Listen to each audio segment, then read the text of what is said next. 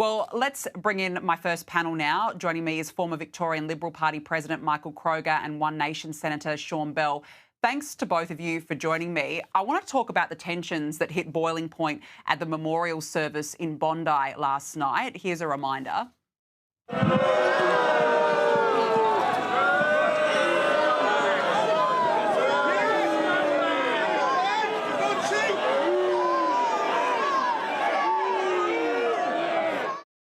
Michael, the Prime Minister would have been ready for this. I mean, he's avoided Bondi like the plague for the last week. But this goes beyond politics, doesn't it? This is genuine and sheer frustration. No, absolutely. Look, Danica, he was warned for 2 years, this bloke. For 2 years he was warned by the Jewish community, and he did very little. This is a bloke that couldn't even keep his own electorate office open because he was so fearful of offending pro-Palestinian demonstrators. His own electorate office couldn't be open. Why would anyone think he could defend the Jewish community, which we now know he couldn't and can't? He won't call a royal commission. For goodness sake, any leader. We had royal commissions into pink bats, for goodness sake. This guy is just an international pariah. He's a pariah in this country. Jewish families don't want to have a bar of him. Australians are sick of him. In a moment of great national crisis, we get a diminished leader who should resign. I mean, he should resign. I mean, his performance has been appalling. Chris Minns, on the other hand, Kelly Sloan, but particularly Minns because he's the Premier, has been outstanding, and rightfully he was cheered last night at the vigil because he's done an exceptional job. Well, he's basically the Prime Minister of the country. I mean, credit where it's due. Chris Minns has been exceptional in a crisis right now, while the Prime Minister has, firstly, been in Canberra for most of last week, not at the scene, not in Bondi, not having the courage to even turn up. Sean, I mean, no wonder there were boos yesterday. What does this say? I think it says that people are fed up and disgusted by what is probably the worst failure of leadership I've seen in my entire life. And if the Prime Minister doesn't like being booed, then I think he better get used to it because from his continued failure, the boos are only going to get louder. And I've seen some people from the Labor Party sort of act shocked and dismayed at the boos. Well, I've got a message for them. They are not the victims here. You know, people being booed is the least of our concerns. What we've got is a country that is now struggling in the aftermath of the worst ever terrorist attack. And we've got a government that cannot even name the cause, which was radical Islamic terror. And not only can they not name it, they won't take the necessary action to deal with it. They can't even call a royal commission, which is the least they could do. Exactly. I mean, we need to get to the bottom of this. If the Prime Minister can't even speak about radical Islam, then nothing's ever going to get solved. Let's talk about the changes to the gun laws. New South Wales Labor recalled Parliament today, introducing gun reform as well as protest reforms, but there's a coalition split on that. The Liberals are backing the bill but condemning it as weak and poorly consulted. The Nationals rejecting it outright as failing to tackle anti-Semitism or the causes of that attack. Michael, fake solutions or a good move?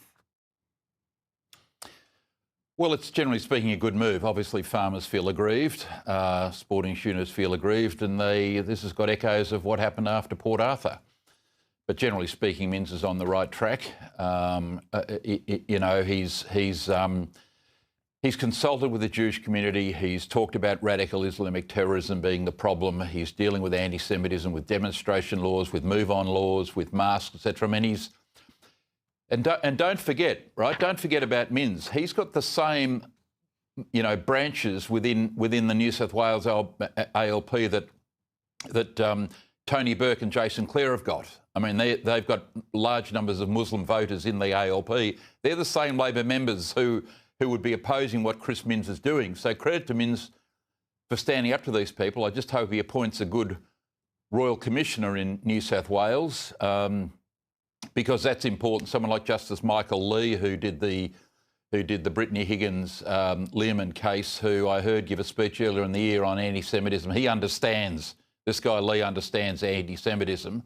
Let's hope someone like him gets appointed the Royal Commissioner, because Albanese won't call a Royal Commission. He's appointed David Gonski to do the educational anti-Semitism review. I'm sorry to say this, I don't think David Gonski is the right person. I don't think David's any more a leader in the Jewish community. I've hardly heard a word from him in the last 2 years, to be quite frank. He should have appointed someone like Alex Rivkin, who's been stunningly brave. He should be the person that the federal government appointed. So no one's got any confidence, Danica, in the federal government, their reviews, their appointees. When you haven't seen the foreign minister appear on television for a week, you know something's wrong.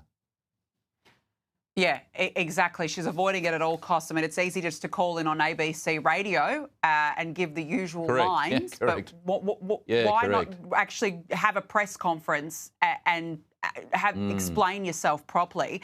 On a federal level... We know why. We know why. We do know why.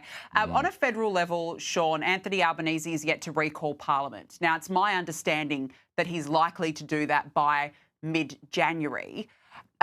One Nation leader Pauline Hanson has been very open about radical Islam. She won't be in Parliament should it be recalled in January, because she's still suspended, of course, for wearing the burqa later this year. But hasn't she proven why there needs to be an open debate on this issue of radical Islam?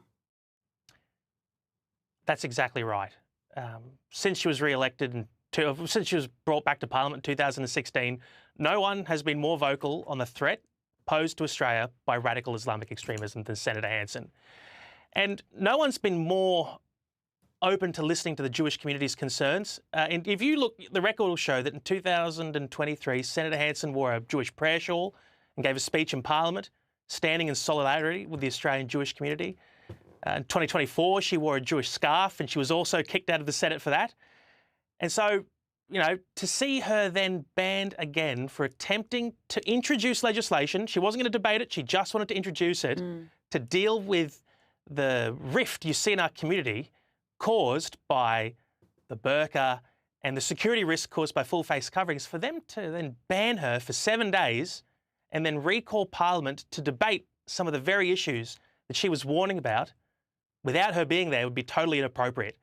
So we will be asking the other parties in the Senate to overturn that ban, to allow her to contribute, as all elected members should be allowed to contribute on extremely important matters such as this.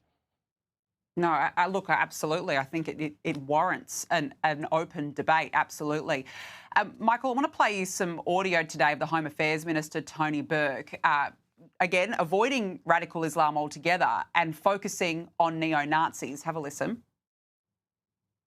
I've spoken before about my disgust for a very long time at organisations like Hizb ut-Tahrir and the National Socialist Network, otherwise known as the neo-Nazis. These organisations, for a long time, have been able to take hate right to the threshold without using the words violence and escape any further terrorist listing. Michael, is this misplaced? Again, this misplaced, focusing on the wrong topic in the middle of a crisis like this?